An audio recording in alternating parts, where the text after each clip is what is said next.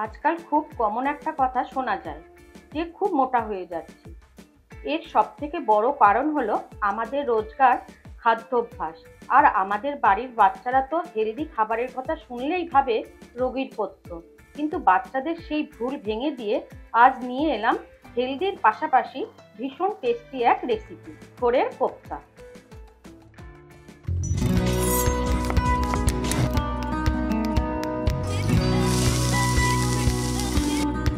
Hello বন্ধুরা, আশা করি তোমরা সবাই ভালো আছো।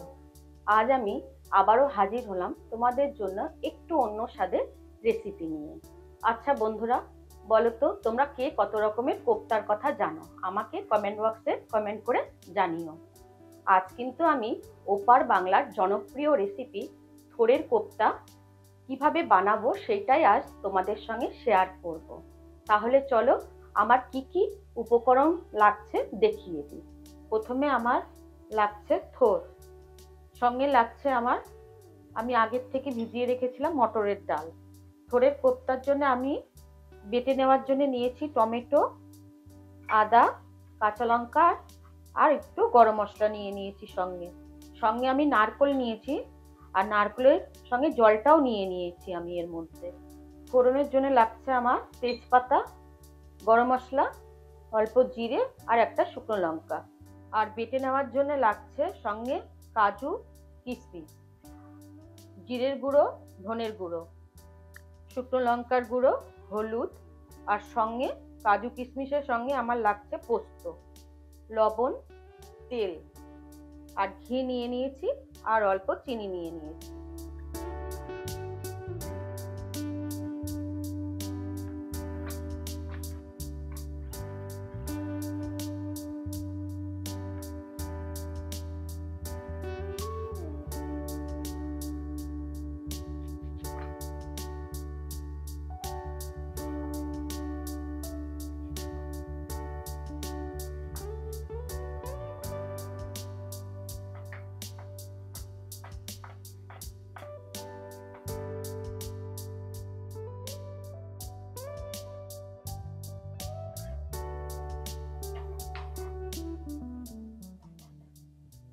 গ্যাস ধরিয়ে কড়াই বসিয়ে নিয়েছি।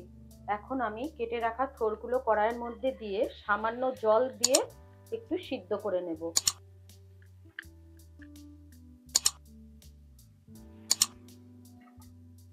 একটু সামান্য লবণও দিয়ে দিলাম।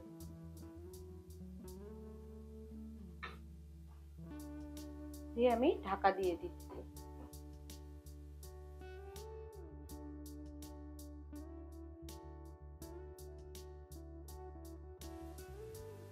থোড় সিদ্ধ হয়ে গেছে, এখন আমি নামিয়ে নেব।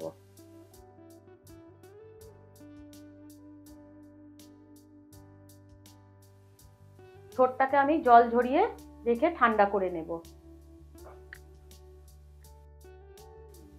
আমি এখন এই ডালগুলোকে বেটে নেব।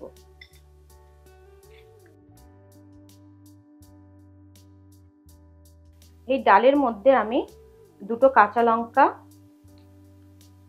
আর একটু আদা আর একটু গরম মশলা দিয়ে সবকটাকে দিয়ে আমি বেটে নিয়ে আসব। আমি ডাল বেটে নিয়ে এলাম।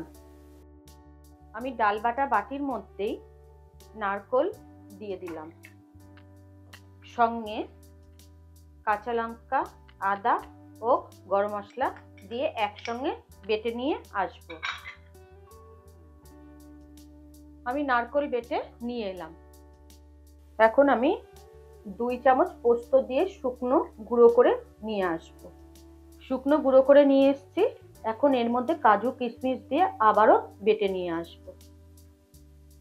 আমি পোস্ত, কাজু আর কিশমিশ বেটে নিয়ে এলাম। আমি এখন এই থোড়টাকে ভালো করে মেখে নেব। প্রথমেই আমি ডাল দিয়ে দেব।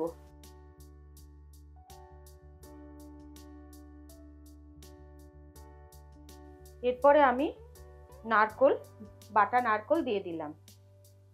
এরপরে আমি লবণ দিয়ে দিলাম, হলুদ দিয়ে দিলাম, জিরে ধনের গুঁড়ো দিয়ে দিলাম, লঙ্কা গুঁড়ো আর সামান্য একটু চিনি দিয়ে দিলাম। দিয়ে এটাকে আমি খুব ভালো করে মেখে নেব। এখানে আমি 2 চামচ কর্নফ্লাওয়ার দিয়ে দিচ্ছি যাতে বার্নিংটা খুব ভালো হয়।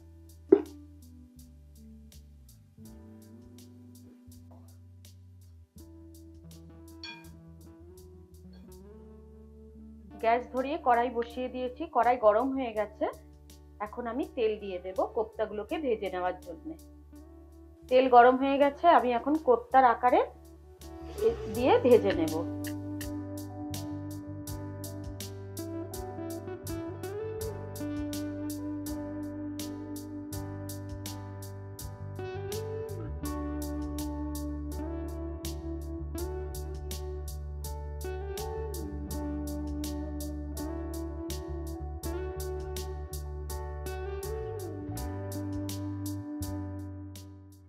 ভাজা হয়ে গেছে, আমি তুলে নিচ্ছি।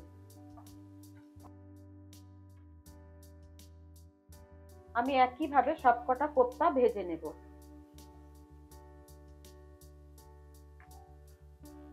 এই কোপ্তা ভাজার তেলের মধ্যে আমি একটু ঘি দিয়ে দিলাম, এরপরে ফোড়ন দিয়ে দিলাম, দিয়ে ফোড়নটাকে খুব ভালো করে ভেজে নেব। আমি ফোড়ন 2 মিনিট নাড়াচাড়া করে নেওয়ার পরে কুচানো টমেটো দিয়ে দিলাম।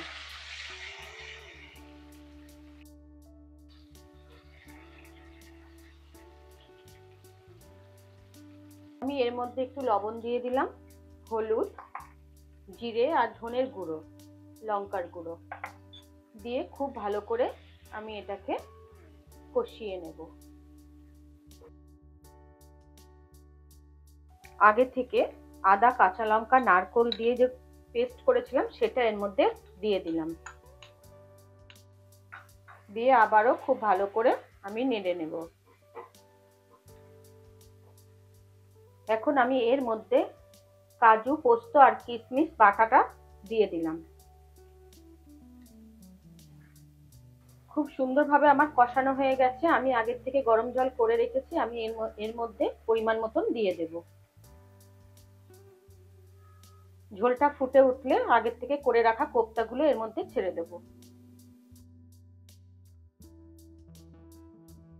ঝোল ফুটে উঠেছে, আমি এক এক করে এই কোপ্তাগুলোকে এর মধ্যে ছেড়ে দেব।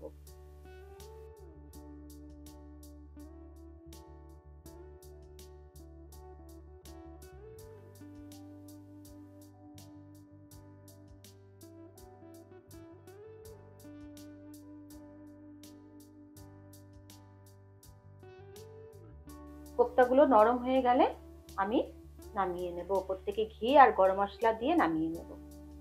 কোপ্তা হয়ে গেছে, এখন ওপর থেকে একটু গরম মশলা দিয়ে দিলাম, সামান্য একটু ঘি দিয়ে দিলাম আর সামান্য একটু চিনি দিয়ে আমি এটাকে নামিয়ে দেব।